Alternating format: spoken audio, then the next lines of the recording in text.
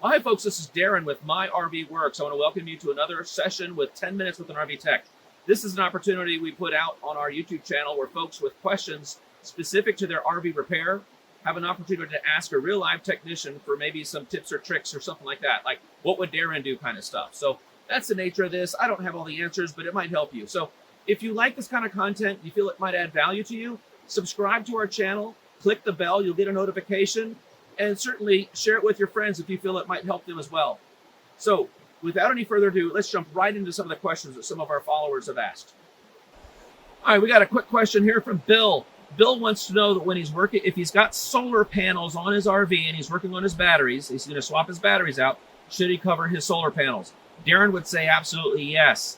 I've got some friends that are in the fire department and they always carry these really big blankets with them. So if they're coming across a fire, they can take these blankets and put them over the solar panels to kill power to charging the batteries. So Bill, yes, if you're going to be working on your batteries, I carry these Harbor Freight furniture pads, really cheap things.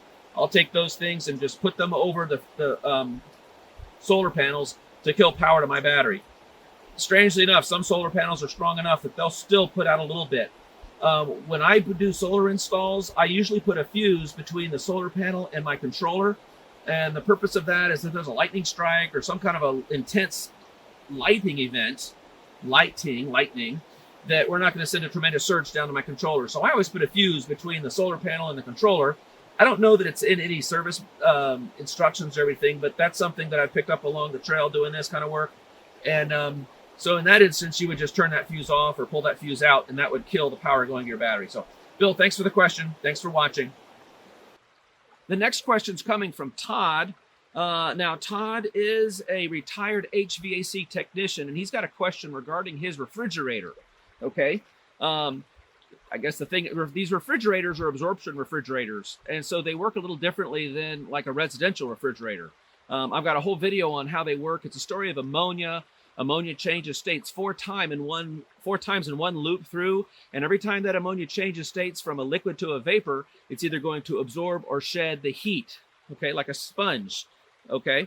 But his issue has to do with the electric heating element on this refrigerator, and basically, he's done some testing and he's came to the conclusion that his board was bad, so he replaced his board, and then he states that the heating element is still not getting 120 volts from the board, and so basically that's the thing. So a couple things on this that come to mind: we need to verify the upper eyebrow board is sending the signal down to the lower control board, telling it to call for AC. Okay, so you may replace the lower board, but the problem might be the upper board. There are two boards in the refrigerator, the upper board and the lower board. The upper board inside, we call it the eyebrow board. That is a board that you push your buttons, and it's usually got some little indicators on it. Mileage may vary. Some of you don't have any indicators, you have switches, and then some of you can go into all kinds of diagnostics mode. But we call that collectively the eyebrow board, okay? The other board, the eyebrow board, communicates to the lower board, which is the one on the back outside of your refrigerator, and that's one that has all the wires going to it, and that's the one that has the heater element snaked its way through. Some of you will have one heating element, some of you will have two, okay? I have seen where the wrong heating element is installed in these refrigerators. I can imagine how that might happen. Maybe you go to have your refrigerator serviced, and they didn't have the right heating element, and they just threw one in there and send you on down the road. I can't prove that, but I can prove that there's been several service calls I go on, and when I'm dealing with the AC side of a refrigerator, I want to make sure that that heating element is in fact to the specification that that refrigerator needs. Where do we get that information from? You can go to my website, myrvworks.com, go over to the resources tab, click that, work your way down to service manuals, do a search for refrigerators and then your manufacturer, and then you have all kinds of service manuals on there, and in those service manuals you can get the how many watts your heating element is supposed to be, and then from that you can get a part number, or some of those service manuals even have part numbers on them, or parts manuals, I should say. So we haven't really addressed the question on why his heating element isn't working. But I did want to stress the importance of making sure, if you're going to troubleshoot the AC side of a refrigerator, to make sure that your heating element is in fact to the specification it's supposed to be.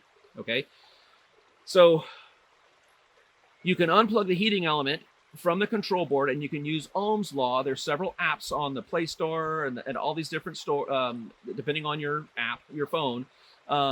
Get an Ohm's law calculator, and it's going to ask you to enter a couple pieces of information, and then it'll basically spit out, if you give it wattage, because that's the spec, and you give it voltage 120, and then you calculate, it'll say, well, this is how many ohms I'm supposed to have, and I use that calculator often when I'm in the field.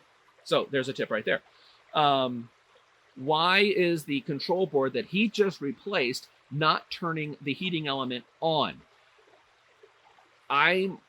If I was there on this service call, I would look at the Eyebrow board. Okay, you didn't tell me the refrigerator model, manufacturer. You didn't tell me any of that. Dometic has two different types of control boards. Norcold has several. Okay, and on the Dometic side, there's one where it's actually individual wires that go up and down that pass back and forth, and then another one of their control boards just has one wire going back and forth, and it's kind of like an RS-232 type signal, passing communication back and forth. A little bit more tougher to diagnose. The trick there is, if you're a technician, we've got viewers that are technicians and all kinds of folks. So for you technicians out there, if you come across an old refrigerator that's going to be scrapped, by all means, take that Eyebrow board with you, throw it in your toolbox. Why? So in a situation like this, you have the Eyebrow board on the inside. Okay, I got that one here, and dig around, and then you can plug it in on the back side and you can read your current. So Todd, I'm going to suspect that it may be the upper Eyebrow board, and on our service manuals, there may be some information on your refrigerator model on how to diagnose that. Okay, but I did want to throw in there the importance of making sure that the heating element is to spec and how to check that. Okay, so thanks for watching, and I hope that helps you. Our next question is coming from Chris in Texas. Now, he's got a Norcold 1210 refrigerator, the big double door refrigerator. It's got dual heating elements on the rear side.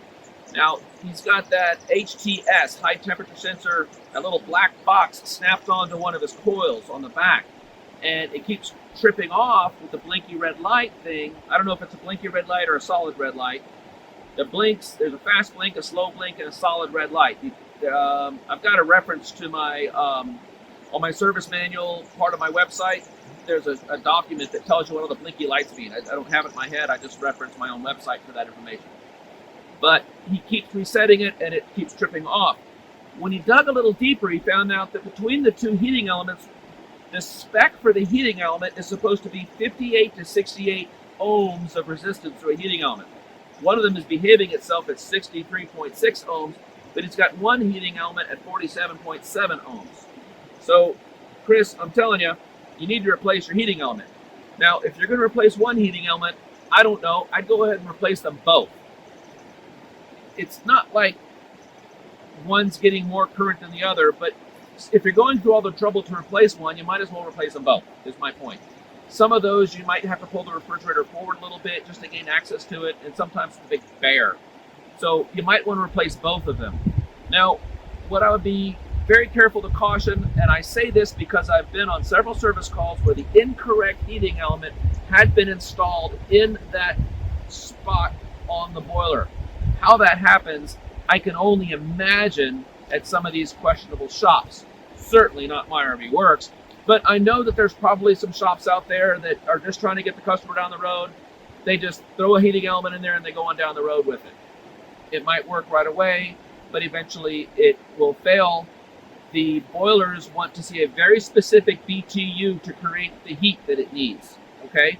So if you're going to replace your heating element, let's go to the website, let's get the right spec, get the right model number, and if you're going to go shopping for a heating element, it's not enough just to know your refrigerator model number. You need to know your model number and your serial number. Model number and serial number. When you go to your service counter to get the heating element, honestly, they really don't care what kind of coach you have. They really don't. No disrespect. People tell me, oh, well, I got this kind of an RV. The only thing that matters to me when I'm working on your refrigerator is your model number and your serial number. The serial number is important. The model number might stay the same for years, but that serial number, within that serial number sequence, they might make some changes. Okay, I can think, for example, there is a Norcold refrigerator that does have 2 different heating elements, same model number, but based on the serial number, the heating element changed. Okay, so there's your takeaway. So, Chris, in Texas, yes, replace your heating element. You might as well replace them both. Okay, and the question is, why did it fail? Who knows why that thing failed? They fail. Not the right technical answer, but they do fail. We replace quite a few of them, and that's one of the things that I stock is heating elements.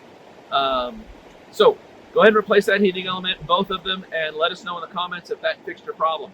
All right, Chris, thanks for watching. Well, folks, that's all the time I have right now to answer some of your questions, but by all means, feel free to throw them in the comments, ask questions that are specific to your RV repair needs. It's an opportunity, like we said earlier, for you to actually ask an RV technician maybe how they might approach a certain repair. So if this was helpful to you, like, subscribe, share it with your friends, click that bell notification. We're going to have these kinds of comments coming out pretty frequently. So this is Darren and Dakota. We're getting ready to make bacon cheeseburgers. Signing off until the next video. Thank you for watching.